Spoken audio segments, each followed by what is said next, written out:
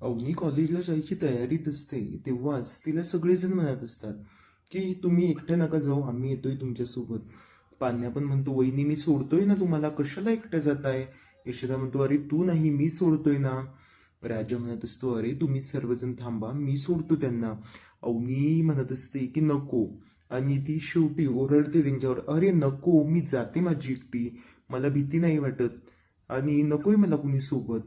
आता ती चांगल्यासाठीच म्हणते सगळ्यांना, पण राजाला तिची काळजी वाटत असते आणि तो एकटाच बाहेर जातो. आणि त्याचा तो पहिला मालक होता तो नाना, त्याला कॉल करतो आणि म्हणतो, ओ नाना. नाना म्हणत असतो की अरे मला तुझं काहीच ऐकायचं नाहीये. राजा म्हणत असतो, अहो नाना ऐकून तर घ्या, कारण तुमचा धंदा मी नसताना बंदच पडलाय, पण तुम्ही ते ऐकतच नाहीये. नाना म्हणत असतो, अरे नको, तुला काही कामावर ठेवून मी त्या अवनीच्या भावाचे काही फटके खाऊ का? तो मला एका दिवसात जेलमध्ये टाकेल. राजा म्हणत असतो, अहो काय घाबरताय नाना तुम्ही, पण मला एक सांगा, मला माझ्या बायकोला घेऊन जायचे, त्यासाठी तुमची गाडी भाड्याने तरी मिळेल का?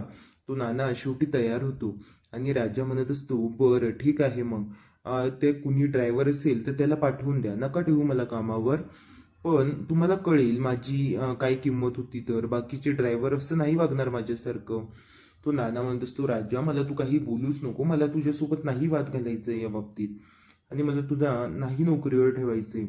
राजा म्हणत असतो, नाना असं काय करताय, ठेवा की हो, नाशिकमध्ये फेमस ड्रायव्हर आहे मी. तो नाना तरी पण त्याचं काहीच ऐकत नाही. इकडे नमी येते आणि ती ते कुदळ वगैरे बघून तिला खूप संताप येतो आणि ती म्हणत असते, मम्मी हे काय केलं ग तू, हे कशाला इथे लटकून ठेवलीये, येता जाता लागत असते सतत कुणाला पण. ती आता तिची आई रागाने बघते आणि म्हणते, ए तिचं मला काम आहे, ती त्या धांगटांची सून घराच्या बाहेर गेली ना, मग ते माझ्या हिश्श्यावर मला ती कुदळ घालायची. मी असा नाही ते हिश्शा खाऊ भाऊला, असाच नाही हिस्सा सोडणार माझा. त्यामुळे तू मला बोलूच नको ना, मी तू ना खूप त्यांची बाजू घेत असते. मग आता ती खूप अशी विचित्र आणि राग येतोय तिच्या मनात आणि त्यांच्याबद्दल वाईट साईड बोलतीये. आता नमीला हे काही आवडत नाही. नमी म्हणत असते, अगं बाई गप ना, आता होऊ दे ना त्यांचं चांगलं होतंय तर. ती म्हणत असते, असं नाही, मी नाही होऊ देणार त्यांचं चांगलं, मला नाही आवडत ते दोन लोक, आणि माझ्या हिस्सा खाल्ल्यामुळे तर माझा खूप राग आहे त्यांच्यावर. आता नमीला हिच्याशी बोलण्यात वाद घालायचा नसतो, त्यामुळे ती तिथून निघून जाते. पण यात त्यांचं सुरूच असतं, खूप रागाने बघत असते. खूप वेळ हा सीन रंगवलाय त्यांनी. आता नमी तिच्याकडे बघते बघते आणि तिथून निघून जाते. इकडे लगेच अवनीची तयारी झालेली असते आणि ती बाहेर येते आणि म्हणते, चला येते मी. पाण्या म्हणतो, ओ वहिनी चला ना, मी सोडतो ना तुम्हाला. राजा म्हणतो, ए पाण्या तू काही सोडू नको गाडीवर त्यांना, मी गाडी बोलवली त्यांच्यासाठी. अवनी म्हणतेस, राजा मला भीती नाही वाटत आहे. तो म्हणतोस, तो अहो तुमचे बाबा आता तुमचे बाबा म्हणून नाही वागत आहे, ते देशमाने म्हणून वागतायत. ते केव्हा काय करतील ना सांगता येत नाही, आणि पाण्या पावसाचं सेफ्टीसाठी तुम्हाला त्यासाठीच मी 4 व्हीलर बोलवली. आता अवनी त्याची काळजी बघून अवनी पण मान्य करते आणि गाडीत बसून जायला तयार होते. इकडे पाण्या म्हणत असतो, ए राजा काय प्रेम आहे गो तुझं त्या वहिनीवर. राजा म्हणत असतो, मग माझी बायको लाखात एक आहे. आणि म्हणत असतो, ओ ऋतिक दादा, त्याच्यात पेट्रोल वगैरे भरून आणलंय ना तुम्ही? तो म्हणत असतो, हो हो. इकडे यशोदा लगेच दही दही साखर घेऊन येतो आणि म्हणतो, दही साखर खा आणि आरामाने जा. इकडे सुलवात्या कपडे वाळत घालायला बाहेर आलेली असते. हे पान्या बघतो आणि पान्या त्या अवनीची ओढणी घेतो आणि अशी लावतो त्याला आणि म्हणत असतो, ए आत्या आता तुझी काळी नजर पडणार नाही बघ आमच्या वहिनीवर, त्यासाठी लावलंय मी. ती सुलात्या म्हणत असते, ए पान्या तू काय रे, माझी नजर लागतो म्हणतो, आणि बघ माझी नजर लागेलच तुमच्या घराला. आता ही खूप कुचकं बोलत असते नेहमी ही पान्याला आणि सगळ्यांना खूप खटकतं. अवनी म्हणत असते, काय पान्या पानू राहू दे ना, पण ती यांचं काही ऐकत नाही आणि पान्या ती ओढणी लावतोस. नंतर ती गेटच्या बाहेर पर्यंत पान्या, यशोदा, राजा हे सर्वजण अवनीला सोडायला येतात. अवनी पण खूप खुश असते, म्हणते तुमचं हे प्रेम बघून मला खूप आनंद झालाय आणि मी येते, माझा प्रवासही सुखकर होईल. यशोदा आणि ते म्हणत असतात, हो आरामाने जा, राजाचा काही जीवच निघत नाहीये, पण राजाला सोबत येऊ देत नाहीये अवनी. आता ती कॉलेजला जाते तर राजा म्हणत असतो, आरामाने जा आणि काही वाटलंच लगेच फोन करून सांगा, म्हणजे आम्ही लगेच तिथे हजर होऊ. आता अवनी म्हणत असते, हो हो जा तुम्ही आता. अवनी गाडीत बसते, राजा दार लॉक करतो, पण त्याला खूप काळजी लागून असते त्याची आणि तो तिथेच थांबतो थोडा वेळ. इकडे ती गाडी येते, इकडे अण्णा बाहेर उभीच असतात. अण्णा बघतात अवनी कुठे चाललीये आणि त्या गाडीला हात देऊन ती गाडी थांबवतात. आता अवनी म्हणत असते, ओ अण्णा मी ना कॉलेजला चालली.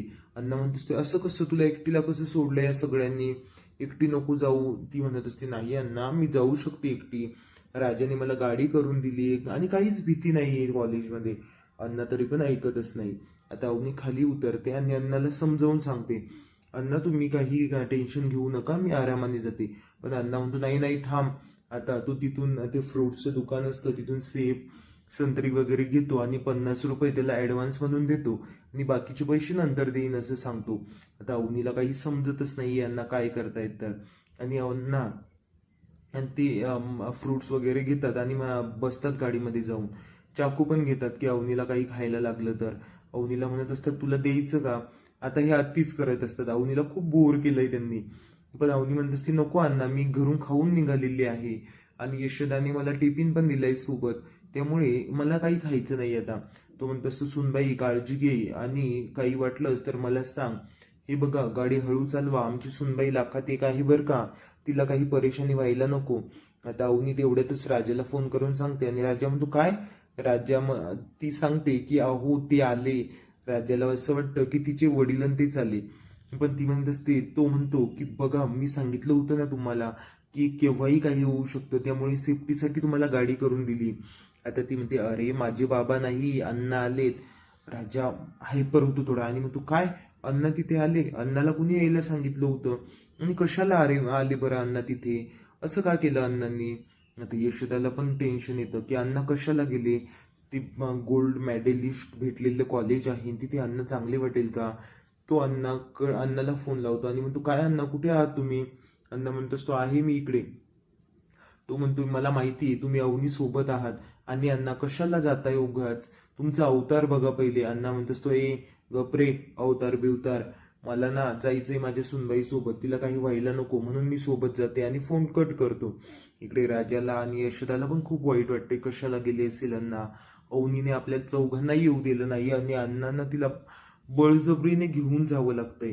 आता इकडे राजा आणि यशोदा सायकलवर जात असतात, पण हे अण्णा केस वगैरे विचारून घेतात राजाने अवतार म्हटल्यामुळे आणि पावडर वगैरे लावतात. पण अवनीला ते पावडरीच्या वासाने ठसका लागतो आणि कसं तरीच होतं तिला. अण्णा म्हणत असं, सॉरी सॉरी सुनबाई आता नाही करत असं. आणि नंतर गाडी थांबवायला सांगतो आणि गाडी थांबवल्यावर त्या ड्रायव्हरच्या जागेवर अण्णा गाडी चालवतात आणि म्हणतात, तुला किती वाजता पोहोचायचंय तिथे. ती सांगते टायमिंग आणि त्याला असं वाटतं की हिला वेळ होईल. लगेच त्या ड्रायव्हरला त्यांच्या जागेवर बसवतात आणि गाडी स्वतः चालवतात आणि लवकरच कॉलेज येतं. ते ड्रायव्हरला सांगत असतात, हे बघा आमच्या सुनबाईला काही उशीर व्हायला नको म्हणून तुम्हाला काही वाईट नाही वाटत आहे ना. आता अण्णा ट्रक चालवत होते आणि हे 4 व्हीलर चालवतायत. हे बघून अवनीला खूप टेन्शन आलंय. अवनीने असं गाडीला पकडून ठेवलंय. जीव मुठीत घेऊन ती कॉलेजपर्यंत पोहोचते आणि कॉलेजमध्ये पोहोचल्यावर तिला एक तिची फ्रेंड भेटते आणि ती म्हणते हाय आणि ते एकदम एकमेकींना मिठीच मारतात. आता ते बघून अण्णा खाली उतरतात आणि ती म्हणत असते, अगं काय ग, लग्न झाल्यापासून खूपच बदलली, मला तुझ्या घरचं स्टोरी सांग ना तुझ्या लग्नाची. अवनी म्हणत असते, हो ग थोडं घाईतच झालं म्हणून कुणाला बोलवता नाही आलं. आता अण्णा उतरल्यावरती म्हणत असते, हे कोण ग. अण्णा म्हणतात, मीचा फादर इन लॉ आहे. ती म्हणत असते, अगं हो हे माझे सासरे आहेत. आता ही सासरे बघून तिच्या मैत्रिणीला तर वेगळंच वाटते की अवनी इतक्या स्टँडर्ड घराण्यातली, हा काय म्हणजे इतका गचाळ असलेला माणूस घेऊन आली, ते दाढी बिडी नाही केलेली, काहीच नाही, अवतार कसा, कपडे कसे त्यांचे. ती डायरेक्ट तोंडालाच हात लावते आणि हसायला लागते. अवनी म्हणत असते, अगं राहू दे हसू नको, त्यांचं वागणंच तसं आहे. आणि अवनी म्हणत असते, अण्णा तुम्ही इथे बसा, मी एकटीच जाते आतमध्ये, आतमध्ये येऊ नका बरं. अण्णांना कसं तरी वाटतं. अण्णा म्हणत असतात, सुनबाई पण तुला सोबत लागेल ना कुणीतरी. आता अवनी म्हणत असते, नाही अण्णा तुम्ही थांबा इथे, मी जाते. आणि ती कॉलेजमध्ये जाते. अण्णा तिथे थांबलेले असतात. आता तिची फ्रेंड हसत असते की असे कसे ग तुझे सासरे. आता पुढील भागामध्ये महेश तिथे येतो आणि अवनीला हाताला धरून म्हणत असतो, चल अवनी तू. आता ते अण्णा म्हणत असतात, नाही तू असं नाही करू शकत, तू नाही नेऊ शकत माझ्या सुनबाईला. आता तो म्हणत असतो, नाही तुम्ही बाजूला व्हा. आता अण्णा काही बाजूला सरकेनाच, पण अण्णांच्या जो फ्रूटसाठी चाकू घेतलेला होता, महेश चुकून ते चाकू हातामध्ये घेतो आणि अण्णांच्या पोटात खूप असतो. आता अण्णांना शेवटी काय होईल